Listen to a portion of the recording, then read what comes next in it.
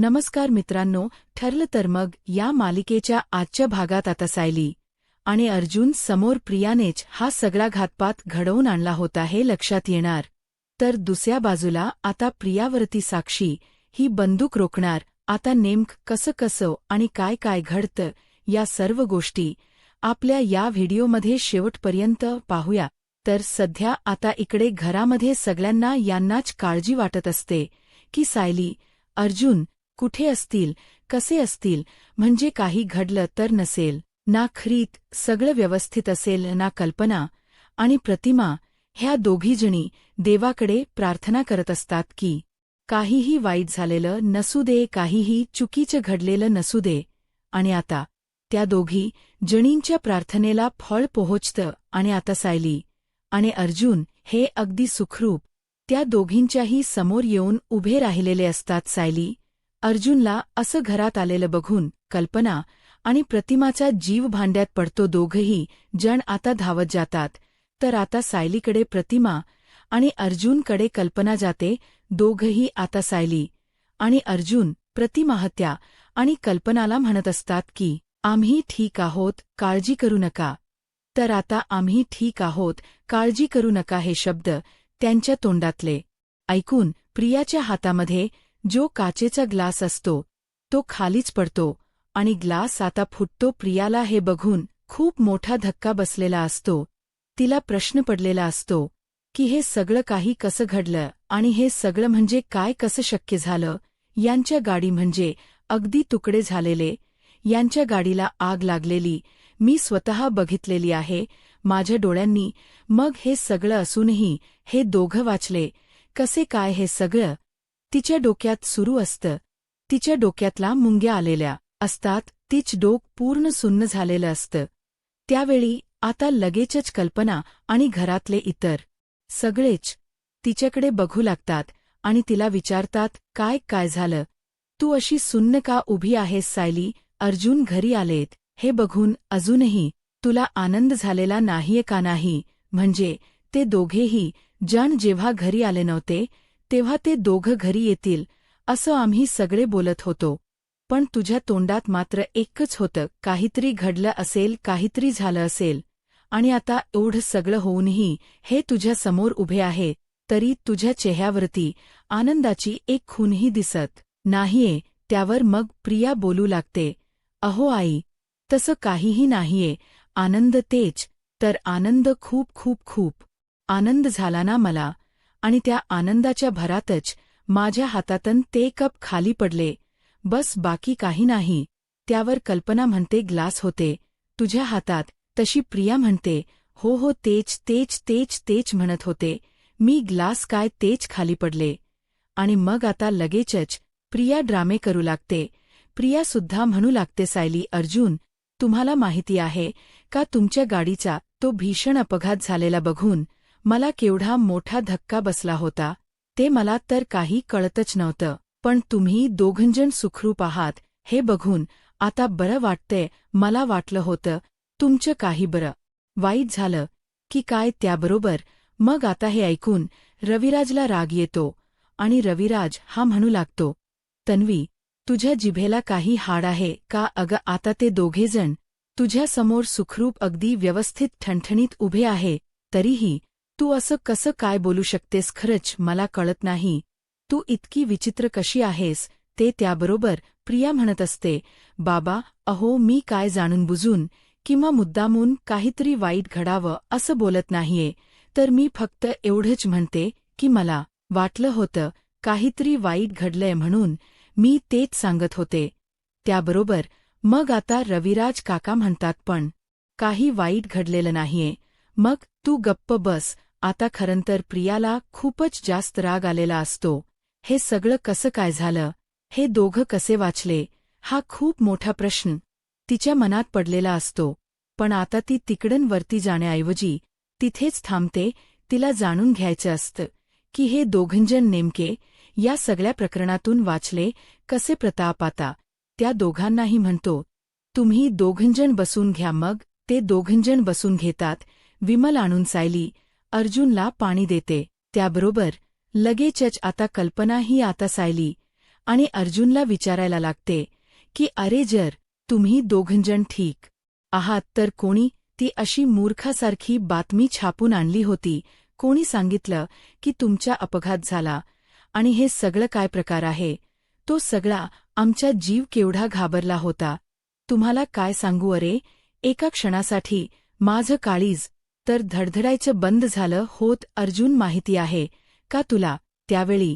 आता अर्जुन आणि सायली लगेचच कल्पनाला म्हणत असतात, आई तुम्ही शांत व्हा, हे बघा एवढं काहीही झालेलं नाहीये. सायली सांगत असते, आई ज्या गाडीचा अपघात झाला ती गाडी बरोबर होती आमचीच, पण त्या गाडीमध्ये आम्ही नव्हतो.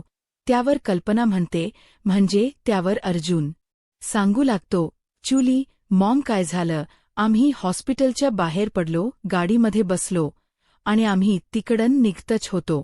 इतक्यात तिकडे एक अॅम्ब्युलन्स आली आणि त्या अॅम्ब्युलन्समध्ये एक क्रिटिकल पेशंट होता आणि आमची गाडी रस्त्यात आडवी असल्यामुळे त्या लोकांना त्यांची गाडी घेऊन जायला जमत नव्हतं. म्हणून मग आम्ही गाडीतून खाली उतरलो आणि आम्ही विचार केला की आम्ही जरा त्या लोकांना मदत करावी. मग पुढे सायली सांगू लागते, आम्ही त्या लोकांना मदत करण्यासाठी त्यांच्याबरोबर जरा आतमध्ये जात होतो आणि आता आम्ही तिकडे गेलो आणि तोपर्यंतच इकडे हा सर्व अपघात घडला, असं आता अर्जुन म्हणतो. त्याबरोबर हे ऐकून घरातल्या सगळ्यांनाच खूप मोठा धक्का बसतो. तर आता अश्विन म्हणू लागतो, ते सगळं काहीही असो बट थँक गॉड की तुम्हाला दोघांना काहीही झालेलं नाहीये, तुम्ही दोघंजण व्यवस्थित आहात. मला तर केवढं टेन्शन आलं होतं. त्यावर सायली म्हणत असते, तुम्ही सगळेजण आमच्यावर एवढं प्रेम करता, तुम्हा सगळ्यांचा आशीर्वाद, तुम्हा सगळ्यांची इच्छाशक्ती आमच्या पाठीशी होती, मग आम्हाला कसं काही झालं असतं. त्याबरोबर अर्जुन सुद्धा म्हणत असतो, तुम्ही आता सगळ्यांनी प्लीज जरा रिलॅक्स व्हा, आम्हाला काही झालेलं नाहीये, प्लीज प्लीज शांत व्हा. त्यानंतर मग सायली आणि अर्जुन हे दोघंजण आता वरती आलेले असतात, तर चैतन्यसुद्धा त्यांच्याबरोबर वरती आलेला असतो. चैतन्य म्हणत असतो, तुम्हीच दोघांनी हे जे काही सांगितलं. सायली, वहिनी, अर्जुन, अरे हे सगळं खूप जास्त हॉरिएबल आहे, हे सगळं असं घडू शकतं याच्यावरती म्हणजे कोणाचा विश्वासच बसणार नाही. हे सगळं कोणीतरी जाणून बुजून घडवून आणल्यासारखं वाटतंय. त्याबरोबर अर्जुन म्हणत असतो, तू जे बोलतो आहेस त्याच्यावरच मला सुद्धा डाऊट आहे. आम्ही घरी आल्यानंतरही तू तन्वीचा चेहरा बघितलास का? आम्ही घरी आल्याचा आनंद कमी आणि टेन्शनच तिच्या चेहऱ्यावरती मला जास्त दिसत होतं. पण हे असं का हे शोधून काढावं लागेल. सायली म्हणत असते, हो ना, मला सुद्धा तुमची गोष्ट अगदी पटते. आपल्याला दारामध्ये सुखरूप पाहून प्रियाला आनंद झाला नाही, तर प्रियाच्या चेहऱ्यावरती प्रश्नचिन्ह होतं. हे सगळं कसं काय आणि हे दोघेजण सुखरूप या सगळ्यातून बाहेर कसे पडले, असं मला तर दाट शंका आहे की हे सगळं काही प्रियानेच केलं असावं. तर अर्जुन म्हणत असतो, या सगळ्यामध्ये जर खरोखर यावेळी तन्वीचा जरा जरी हात असेल ना, तर मी तन्वीला सोडणार नाहीये बायको. तर आता दुसऱ्या बाजूला इकडे प्रिया ही विचार करत असते की नाही काहीही झालं तरी याचा अर्थ सायली, अर्जुन त्या महिपच्या हातातून सुखरूप वाचलेले आहेत. कधी नव्हे ते त्या महिपला मी एक काम करायला लावलं, पण ते सुद्धा त्याने अपूर्ण केलं. आता मी त्या महिपला आणि त्या नागोबाला सुद्धा सोडणार नाहीये. मी त्या दोघांना असा विचार करत आता माझं थोडं बाहेर काम आहे एवढं घरात सांगून प्रिया तिकडून बाहेर पडते आणि आता ती थेट पोलीस स्टेशनला महिप्त आणि नागराज या दोघांनाही भेटायला येते. आता त्यांच्याकडे येऊन प्रियाचा खूप जास्त संताप झालेला असतो. प्रिया आता त्यांच्यावरती चिडते. प्रिया आता महिपला म्हणत असते, कधी नव्हे ते एक काम सांगितलं होतं तुम्हाला, एक काम, पण ते सुद्धा तुम्हाला अजिबातच व्यवस्थित करायला जमलेलं नाहीये. तुम्हाला माहिती आहे का त्या सायली आणि अर्जुनला दोघांनाही काही झालेलं नाहीये. ते सायली आणि अर्जुन दोघेही अगदी ठणठणीत आहेत, अगदी व्यवस्थित घरी परत आले. ते सायली आणि अर्जुन घरी येऊन त्यांनी काय सांगितलं माहितीये, ते दोघंही त्या गाडीमध्ये नव्हते ज्या गाडीचा तुम्ही अपघात घडवून आणला होता. तुमच्या माणसांना ना एक काम धड करायला जमत नाही, काही उपयोगाची नाहीयेत तुमची माणस. नुसती खायला खा आणि धरणीला भार आहे. समजलं का? अहो, एक काम तुम्हाला दिलं होतं, ते सुद्धा तुम्ही बरोबर केलं नाहीत. तुम्हाला तुरुंगातून सोडवणार होते ना मी. जर तुम्ही हे काम बरोबर केलं असत तर आता मी काय तुम्हाला फक्त नुसतं उगाचच तुरुंगातून सोडवू का? त्याबरोबर महिप्त आणि नागराज एकमेकाकडे बघतात आणि मोठ्या मोठ्याने हसतात. प्रिया आता त्यांना म्हणू लागते, काय झालं, असं वेड्यासारखं का हसताय? त्याबरोबर मग महिप्त म्हणू लागतो, तुला काय वाटतं ग बबले? आम्ही दोघं काही वेळेबिडे आहोत का ग? तू सांगितलं काम करायला आणि आम्ही काम केलं म्हणून तुला काय वाटतं आम्ही तुझ्यावर विश्वास ठेवला का? तू बोलली मी माझ्या लेकीला तेव्हाच कामाला लावलो होत आणि मी त्या वकिलाला जाऊन भेटायला लावलं होत. आमच्या माणसांनी आम्हाला ताबडतोब सांगितलं की तू त्या वकिलाला फक्त आमच्या जवळ येऊन गोड गोड बोलायला सांगितलं होतं. तो वकील आम्हाला बेल मिळूनच देणार नव्हता, ही गोष्ट आम्हाला माहीत होती म्हणून आम्ही तुला तुझ्याच जाळ्यात अडकवलं. आम्ही फक्त नाटक केलं हे सगळं घडवून आणण्याचा आणि आम्ही घडवून मात्र काही आणलं नाही. त्या सायली आणि अर्जुनला काही होता कामा नाही, फक्त त्यांच्या गाडीला धडक द्यायची आणि त्यांची गाडी उडवायची एवढंच. मी माझ्या माणसांना सांगितलं होतं, माझी माणसं काम अपूर्ण करत नाहीत माझी माणसं काम अगदी अचूक आणि बरोबर करतात. मी त्यांना गाडी उडवायला सांगितली होती, गाडीतल्या माणसांना काही करायचं नाही म्हटलं होतं. त्यांनी बरोबर गाडी उडवली, गाडीतल्या माणसांना काही केलं नाहीये. आता आम्ही तर दोघंजण तुरुंगात आहोत, त्यामुळे संशयाची सुई फक्त तुझ्याकडे फिरणार, फक्त तुझ्याकडे. आम्हाला बाहेर काढायचं नव्हतं, आमच्याबरोबर गेम खेळत होती ना. आता बघ, आता आम्ही तुझ्याबरोबर गेम केला, आता लटक. त्याबरोबर हे सगळं ऐकून प्रियाला राग येतो आणि त्यात आता आताप. रियाला महिप्त हेही सांगतो की हे सगळं काही मला साक्षीने सांगितलं, माझी लेक शेवटी माझ्या कामी पडली, समजलं का तुला? मग आता साक्षीने हे सगळं केलं हे ऐकल्यावर तर प्रियाला साक्षीचा तर खूपच राग येतो आणि मग आता प्रिया ही साक्षीच्या तर आता मी तिला सोडणार नाहीये असं म्हणत आता ती थेट पोलीस स्टेशनमधून साक्षीच्या घरी येते आणि साक्षीला ती म्हणत असते, साक्षी, तू मूर्ख आहेस का? अक्कल नाहीये का तुला? बावळट आहेस का तू? अगं, मी अण्णा सरांना सोडवण्यासाठी त्या वकिलाला कामाला लावलं होतं आणि तू काय केलंस? तू अण्णा सरांना या विरोधात भडकवलंस. अगं, जर त्या सायली आणि अर्जुनचा गेम ओव्हर झाला असताना तर आपल्या डोक्याचं कायमच टेन्शन गेलं असतं, म्हणून मी हा सर्व प्लॅन रचला होता, ट्रॅप केला होता. आणि तुम्ही काय केलंत तर तुम्ही त्या सायली आणि अर्जुनला सोडून दिलंत. तुम्ही त्या सायली अर्जुनला वाचवलंत. अरे मूर्ख आहात का तुम्ही सगळे? मी एवढा चांगला स्ट्रॉंग प्लान बनवला होता आणि तुम्ही त्या प्लानची सगळी वाट लावली, माती केली. तुम्ही त्या प्लानची हे सगळं करून तुम्हाला काय मिळालं? अगं साक्षी, जर तो अर्जुन जून कायमचा संपला असता तर तुझ्या अण्णांना बेल मिळणं सोपं झालं असतं आणि मग तुझ्या अण्णांना तुरुंगात घालण्याची पुन्हा कोणाची हिंमतच झाली नसती. पण तू काय केलंस? तू माझ्या विरोधात तुझ्या अण्णांना भडकवलंस आणि त्यामुळे आता सगळी गडबड होऊन गेलेली आहे. मूर्ख आहेस का तू? तुला तर काही हातपाय मारता येत नाहीयेत. तू तर तुझ्या अण्णांना बाहेर काढू शकत नाही. मी त्यांना बाहेर काढण्यासाठी प्रयत्न करणार होते, किंबहुना करतही होते, तर तू मी प्रयत्न करत होते त्यांना सुद्धा आता टाळ मारला आहेस, त्याची सुद्धा पायामुळं कापून टाकलेली आहेस. आता तुझे अण्णा कधीच तुरुंगात बाहेर येणार नाही.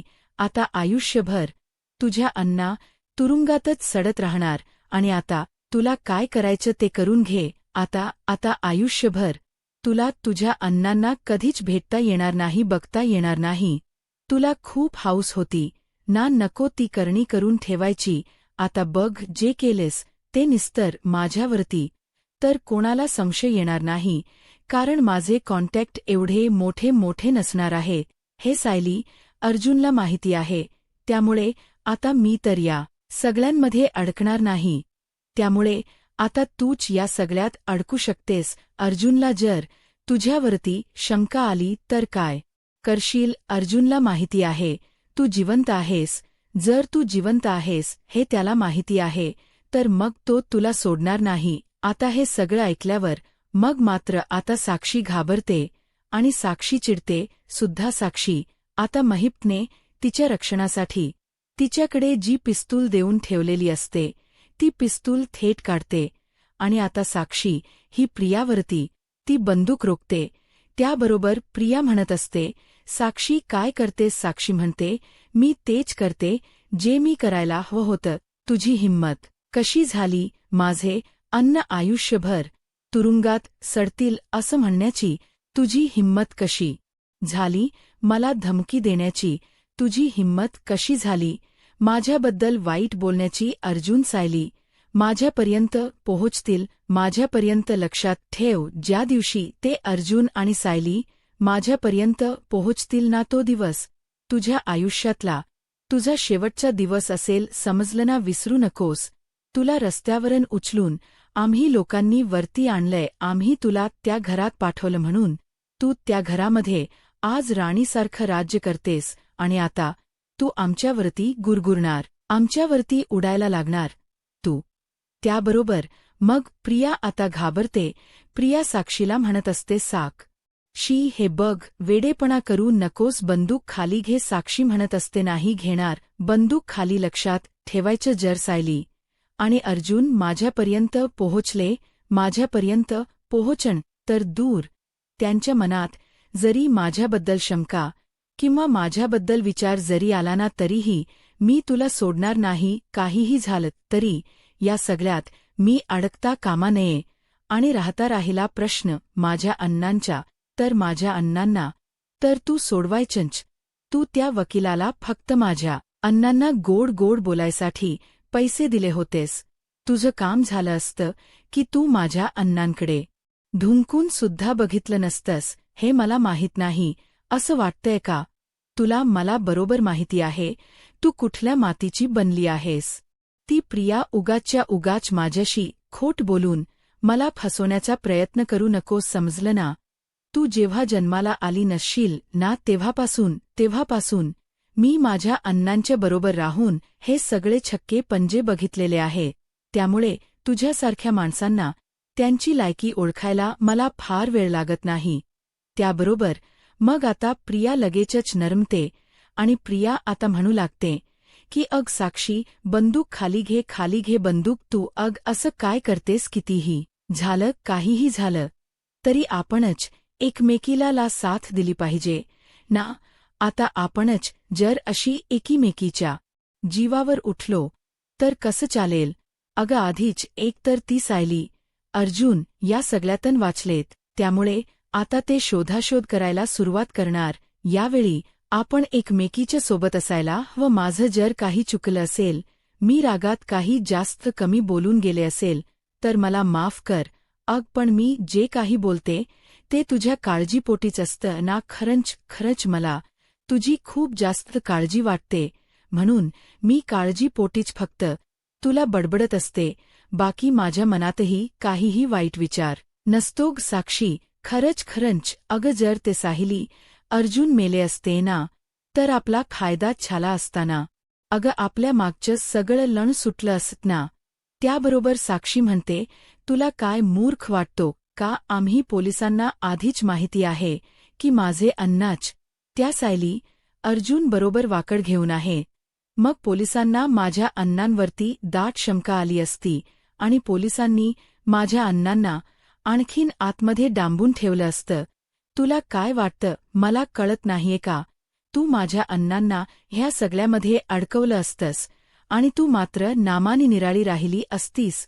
किंबहुना ना, तू अजूनही नामानिराळीच आहेस. तू हे सगळं करशील असं कोणाला वाटलंही नसतं आणि माझे बिचारे अण्णा ते या सगळ्यामध्ये अडकून राहिले असते, ते या सगळ्यात फसले असते आणि तू त्यांना बेल वगैरे काही मिळवून दिली नसतीस, हे सुद्धा मला माहिती आहे.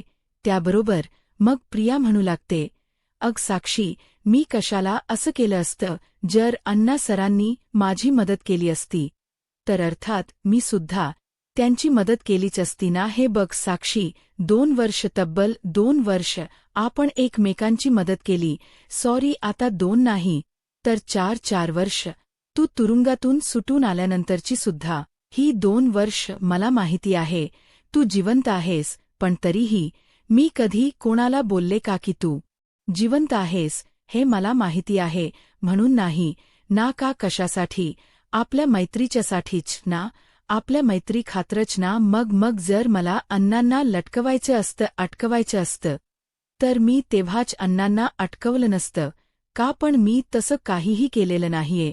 अगं, तुझे अण्णा मला सुद्धा माझ्या वडिलांच्या सारखेच आहेत ना. मग मी त्यांना कशाला लटकवण्याचा विचार करू? खरंच तू माझ्यावर विश्वास ठेव.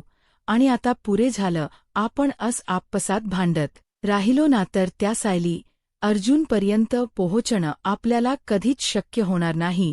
आपण कधीच त्यांना हरवू शकणार नाही. आपल्याला जर त्यांना हरवायचं असेल ना तर आपली एकी राहणं खूप जास्त गरजेचं आहे.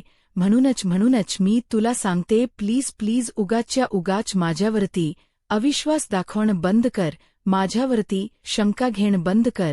आणि आता पुन्हा आपण सगळेजण एक होऊया, एकीने त्या लोकांना आपण मात देऊया. तर दुसऱ्या बाजूला अर्जुन आणि सायलीला तर प्रियावरती दाट संशय आलेला असतो. त्यामुळे आता अर्जुन आणि सायली हे दोघंही जण आता प्रियावरती लक्ष ठेवायचं ठरवतात. आणि आता ते दोघं हेही ठरवतात की आपण आता प्रियाला सोडायचं नाही. आपण नक्की प्रियाचं काय सुरू आहे हे शोधून काढायचंच. जर या सगळ्याच्या मागे प्रियाचाच हात असेल ना तर आपण प्रियाला जन्माच्या अद्दल घडवायची. प्रियाला इतक्या सुखासुखी आपण या सगळ्यातून सुटू द्यायचं नाही. प्रियाला तिच्या प्रत्येक पापाचं फल हे आपण मिळवून द्यायचं म्हणजे द्यायचं. मग आता चैतन्य म्हणत असतो, अर्जुन नेमकं तुझ्या मनामध्ये सुरू काय आहे, करायचं काय? त्यावर अर्जुन सांगत असतो, सिटी हॉस्पिटलच्या बाहेर आमच्या गाडीचा अपघात झालाय ना, तिथले सीसीटीव्ही फुटेज चेक करूया. मग आता अर्जुन पोलिसांच्या मदतीने सीसीटीव्ही फुटेज वगैरे चेक करतो. हा त्याच्यामध्ये त्याला तो फोनवरती बोलणारा माणूस दिसतो. आता तो माणूस गपचूप लपून फोनवरती बोलत असल्यामुळे त्या माणसावरती सायली, अर्जुन आणि चैतन्य तिघांनाही डाऊट येतो. चैतन्य दोघंही जण आता इन्स्पेक्टर सावंतांकडे त्या माणसाच फोटो देतात आणि त्यांना सांगतात की या माणसावरती आम्हाला संशय आहे. आम्हाला असं वाटतंय की आमच्या अपघातामध्ये याच माणसाचा काहीतरी मोठा हात आहे. आता इन्स्पेक्टर सावंतांना खोटं देऊन अर्जुन सांगत असतो, आता या माणसाला अर्जुनने पकडलेल तर आहे पोलिसांच्या मदतीने, पण आता हा माणूस अर्जुनला सगळं काही सत्य सांगेल का? आता पुढे काय होईल हे पाहायला आत्ताच माझा महाराष्ट्र या यूट्यूब चॅनलला सबस्क्राईब करा. धन्यवाद.